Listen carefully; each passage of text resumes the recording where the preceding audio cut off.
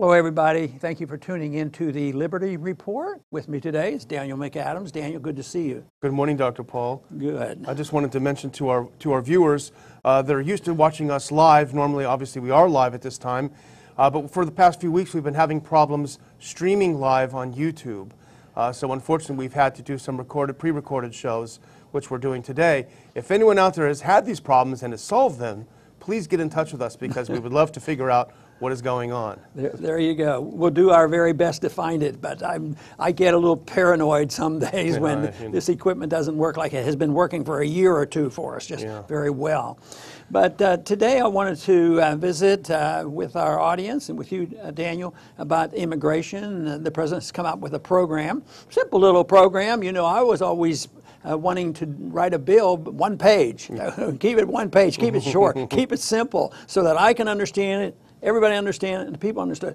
But this is not even legislation. This is just trying to correct an executive order that Obama had made dealing with immigration, but 7-point immigration reform plan. 70-point. 70 points. Yes. Okay, and you know, when you see reform in there, we always get suspicious too. And there's a big question: what is this going to do? They summarize this that he's conceding that he will allow the liberals to win on DACA, you know, and take care of the children that came here but are not citizen and they're not going to be sent back. So he's more or less conceded that point. But he says he wants his wall, and but he wants more agents, wants it easier to deport people. He wants to be able to have more surveillance at the borders, and he wants to crack down on sanctuary cities. There's a few things in there that I might be able to support, but there's several things in there that I'm not too gung-ho over and doesn't fit my thoughts about how a libertarian should solve the immigration problem. Yeah, and the plan is it basically falls into three categories, and you mentioned them. The border security is one, and that includes the wall and others. Interior enhancement, which is what you talked about, some of the restrictions, and the merit-based immigration system is the third major part of this. But you know, the problem that you've always had with the immigration is that the two sides that are always fighting, neither of them really get the real issue. You know, one wants just to let a bunch of people in, and the other one just wants to keep a bunch of people out. You know, and there's no philosophical background. Yeah, and you know, the idealistic libertarian society would be very much openness, you know, open borders. And in a practical sense, that's not going to happen politically. And under the circumstances of the welfare warfare state, you know, it's not going to happen. But I think that the one example that I can use that people might be able to understand, what would it be like? And that would be, what would the United States be like if you couldn't cross state borders? You know, it was intended that each state, you know, would be independent. And, you know, they would come together as a loose-knit nation. But lo and behold, that didn't work real well because everybody was inflating separately and they had barriers between the states. So the purpose was to modify the articles, you know, give us a sound currency, but also to make sure that goods and services and people could go back and forth over border. It was really free immigration within the confines of what was considered the United States. And that ideally, if you had the right conditions, that would probably, you know, work. But today it's so different. We have this welfare state that introduces all kinds of problems, and the people who live and die getting more support for welfarism, you know, they're always advocating more and more is better, and they never ask the question, well, what does that do to the people who are here? Is it undermining their liberties? And I say it is. It's not exactly equivalent, but in a way it's equivalent to the government in an authoritarian society like the communists. They would come in and say, well, you know, you have a big house, Ron. You should be able to take two immigrants in there very easily and put them in your house, so we want you to put them in. But Americans would say, oh, no, that's not what we mean. We don't want the government to force, you know, us to take care of somebody. But that's what it really is. People, when they just march in and they take over, they can go on food stamps, they can go on medical benefits, they can get free housing, and they can be guaranteed all kinds of things, and they become, they're more strongly supported when it's mass immigration by liberal Democrats who want more of the welfare. So the welfare state really confuses things for working toward this freer immigration that I think would, be great if we had the right conditions. I think that's a great point to make, because it's not a literal taking over a room in your house, but in a virtual sense it is, because it's taking part of your income to fund these programs. And I wonder why neither side talks about the issue of the welfare magnet. Obviously the liberals wouldn't be that interested, but why does it never enter into the Republican debate? Why can't we just get rid of these perverse incentives? I wonder if Republicans support welfareism. They preach one doctrine, but then when they get in charge, they're for balanced budgets and low taxes and all, but it never happens. It's not going to happen now, and it just keeps getting worse because there's two reasons. One, they really didn't believe that the government shouldn't be involved, but once you establish a program, it's virtually impossible. You can't get rid of Obamacare. That's what they're discovering. It has to self-destruct. And that is the big problem, because this means it's more difficult. Now they have to have all kinds of rules. So you get the liberals in, and they have the president write executive orders and say that they can go to sanctuary cities and not observe the immigration laws, which are technically constitutional. And then that just means we have to send more money to the sanctuary cities, and that becomes a major problem. And then the other side said, well, what we need are more guns. We need more fences. Higher fences are going to do it. I think we need a fence, but it has to be a more ideological fence. We have to just deny these benefits. Oh, that's ruthless. But then I think about, maybe how my ancestors came over, in particular my grandfather. Yeah, and the issue of the border wall is probably one of the really divisive parts of the plan. A lot of people like the idea of a wall. You've always said walls can keep people in as much as they can keep people out. We know that from Berlin in '53. $27 billion, I think, is going to be allocated for that in fiscal 2018. But the issue is also the fact that 2/3 of the area that the wall will be built on is privately owned. So you're facing what could be one of the largest examples of eminent domain in U.S. history. Yeah, and that's not protecting private property, it's abusing private property, and there's a lot of people in Texas that are starting to realize this. But the other thing is the hawks on immigration that really, really want to crack down, they're the supporters of E-Verify, the national ID card. You just can't have an ID card for an illegal. I mean, how would you know who the illegals are?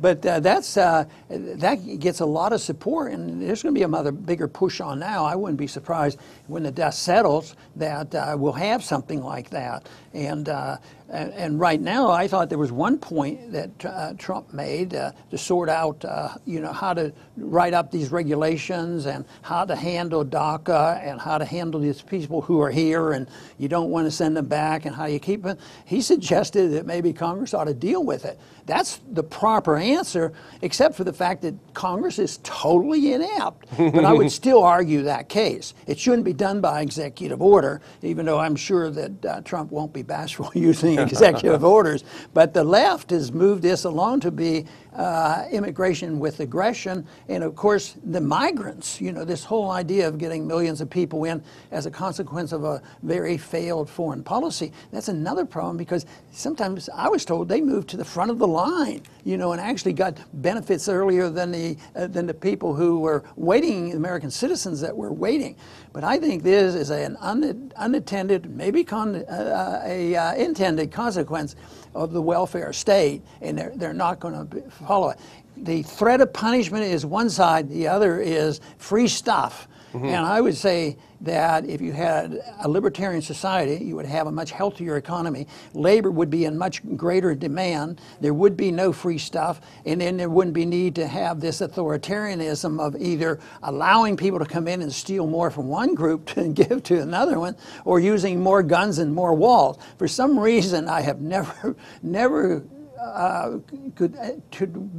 get excited about the wall. It sounds good, but it sounds like it reminds me of the China Wall. I think that's been a few years ago, and I think even today, there's so many ways you get around a wall, especially if there's an enticement to come.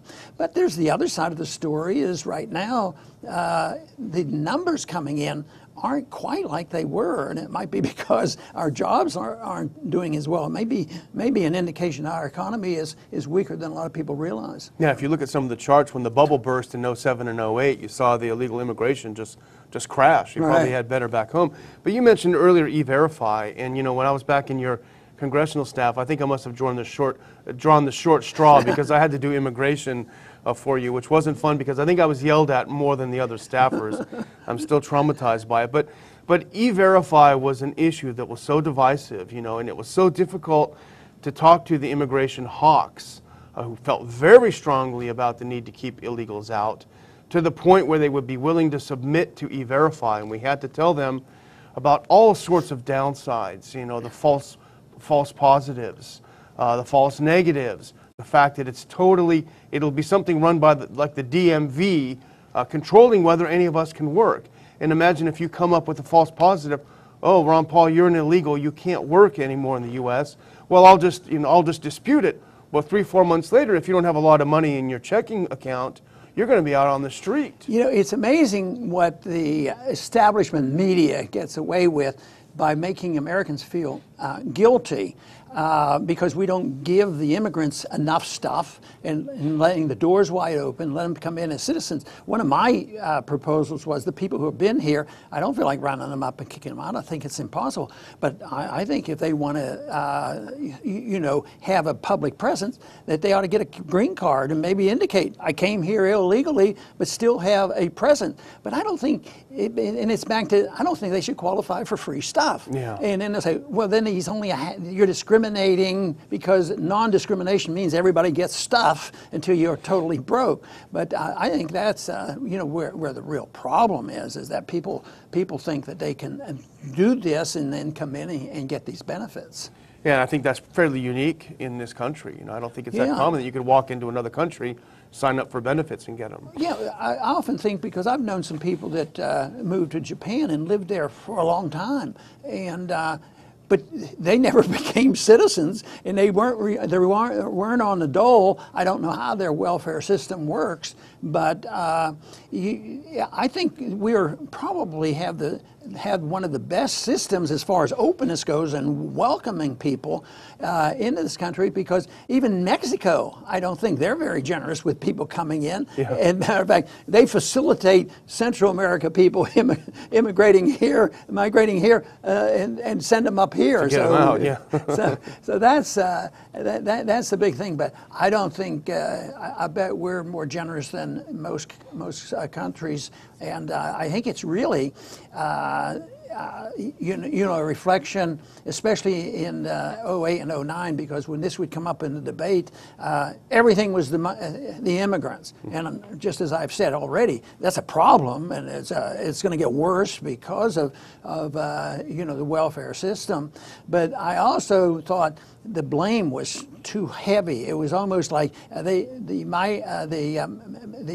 Hispanics were the scapegoats. Yeah, and they had to be blamed for everything, and I don't believe that is to be true, because I think there's other problems, and I think it's our system of welfareism, because our system doesn't even, it actually encourages people not to work. If you can make a certain amount of money not working, and you go off working, and you don't hardly get a couple dollars increase, I just think I'll stay on welfare, So it's just a bad system. So we left the free market economy a long time ago, and then the immigrant problem got worse. But I think if you have a truly free society and a good, sound economy, people would be looking for workers. I mean, there were times not too long ago, and even now, farmers or workers used to come from Mexico and they'd work 2 or 3 months. And I thought it was a great way to pass out foreign aid. They came up, they worked, they had their pockets full of money, they went home and took their money home, and guess what? They spent the money, dollars. You only spend money in the United States, but they worked for it. And we'd have that more if we had a much better work program and a green card system where we're not threatening people and trying to. I think you touched on it. People are not willing to say it's the welfare system, which Republicans and Democrats endorse. They won't say that, and therefore it's difficult to challenge it because too many people are getting stuff from the government. And the people who screamed at us about immigrants coming and picking lettuce for a couple bucks an hour would never themselves go pick lettuce for a couple bucks an hour. They would never do that, and they never realized that if they were back in Mexico, they would probably be getting 10 cents. You know, they come here voluntarily, and they consider that a heartless statement. But compared to what is what you should say. Now, the 1,000 agents, you've throughout your career complained about armed federal agents, and this plan does include 1,000 more armed federal agents. It seems like that could probably be taken from elsewhere if it's needed, or does that concern you, more federal agents? Well, I'm for gun control on all federal agents and a lot less guns in these 120 countries where we send military personnel and the CIA and special forces. That's the gun control that we need. And it was never intended by the founders nor the Constitution that we have a national police force. But I don't think that's entirely my position, that there should never be anybody that has some responsibility for protecting the borders, because national security to some degree has to recognize that right if people are marching in with who knows what. But no, we don't need more guns at the border. We probably should take those away. If you had to have a couple more people, there's enough other agencies that shouldn't even exist. There's a little more justification, but I think just facilitating the travel going back and forth and making sure, checking the records and making sure they're coming to work in the fields or something. What is their reason for coming? Yeah, and the final thing, I guess, is I'm curious what you think about the merit-based immigration. They're requiring people to not just come in, but you have to prove that you have, you make certain requirements to be able to come in. You must, there's a points-based system for green cards. And that's right. Is that a decent shift? It doesn't get me too excited because the H-1B has been around for a long time. And I think if we look back, I probably supported that, thinking that with the welfare state, it's not somebody that's going to come in and cost us more money to take care of them. But it still, isn't the entire answer. But the merit system reminds me about how my grandfather came over, and his dad came first back in the latter part of the 19th century, and he came by himself at the age of 14. Wow. And had essentially no money, and somehow or another he got into New York and got down to Pittsburgh and found his dad and this sort of thing and got established. But if it was only on a merit system and coming by himself, he'd have never come. Yeah. I'm glad he made it. But that was a better system and a better understanding, and there wasn't the runaway welfare system, and there wasn't too many wars going on in that period of time. Yeah. Well, I think I'll use my closing to once again plug our wonderful offer at the Ron Paul Institute, and we have a graphic actually that explains it in 2 easy details. This is about your new book, Dr. Paul, The Revolution at 10 Years. There's an opportunity to get your own personalized copy and also to help us do the show. Help us with the show, help us with the Institute. Simply make a $100 donation at the email address or at the website there. Send us an email to tell them who you should sign the book to, getting you on the hook. But we've gotten a big response so far, and we'd love to be able to send out a lot more. Yes, and I'm looking forward to having a very tired wrist. Exactly. And I want to thank everybody for tuning in today, and if you can help us out in continuing our program and get involved in spreading the message through this little book, I would be very pleased. But I want to thank everybody for tuning in today to the Liberty Report. Please come back soon.